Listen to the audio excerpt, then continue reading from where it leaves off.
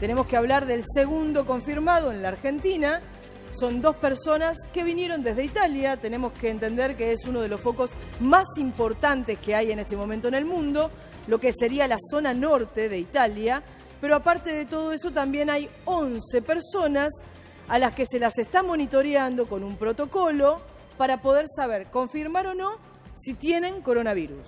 11 personas, decía Sana, que están aislados, que por supuesto tuvieron contacto al menos con el primer pasajero que llegó de Italia, el hombre de 43 años. Y un dato, uno de esas 7 personas que han sido aisladas es el hermano. Claro. Claramente lo hablábamos ayer cuando vino una doctora especialista en el tema, infectóloga, que decíamos esto de que lleguen a la Argentina y tengan contacto con otros, que vayan al kiosco del aeropuerto de Ezeiza y justamente ahí puedan contagiar a otra persona. Por eso me parece que es importante lo que va a realizarse en esta reunión que contaba Agustín. Me parece que hay que tomar determinaciones un poco más claras para que la sociedad al menos esté tranquila. Lo que me da la sensación es que hay que explicarle a la gente que sí, lamentablemente se habla de víctimas fatales en el mundo, pero sería aproximadamente entre un 2 y un 4%. Y de las personas que estamos hablando, las que más cuidado tienen que tener son los adultos mayores y también las personas que tienen enfermedades crónicas. Hay que entender esto, si no, tiene signos, hay señales para que las personas puedan ir y concurrir al médico, pero la verdad es que no termina siendo de tanta gravedad como estos casos en particular que estoy señalando. Otro de los datos, información importante, lo escuchábamos en una infectóloga que venía a nuestro programa y nos daba información específica de qué es lo que ocurría. ¿A partir de cuándo se contagia? Sí. Porque uno tiene algunos días en donde está incubando justamente el virus, la enfermedad, y en ese momento todavía no tiene ningún tipo de síntoma. Entonces todo esto me parece muy, muy importante. Hablando de los adultos mayores, hay un comunicado, ¿vale? A ver. Pará, enseguida vamos a hablar de ese comunicado, pero otra cosa que quiero mencionar acerca de lo que estábamos hablando, de esta pareja que ahora está aislada por el contagio.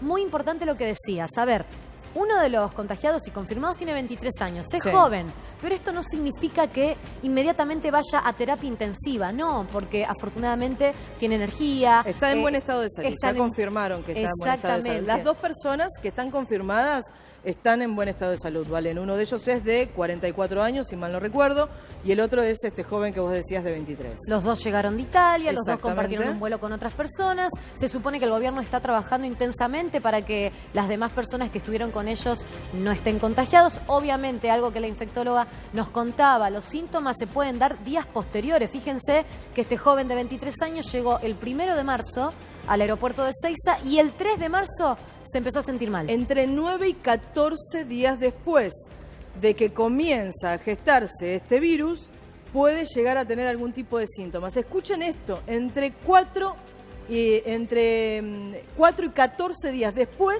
comienzan a tener los primeros síntomas. La verdad es que no es una ciencia exacta, no hay un momento específico, no hay un día específico, pero claro está, la pregunta es, o por lo menos la que nosotros nos hacemos, a partir del momento en que ya tiene los síntomas y acude a algún tipo de centro asistencial, por todos los lugares que pasó, posiblemente se esté hablando de contagio. Estas personas que vinieron de Italia, por ejemplo, no solamente estuvieron en el aeropuerto, estuvieron con sus familiares.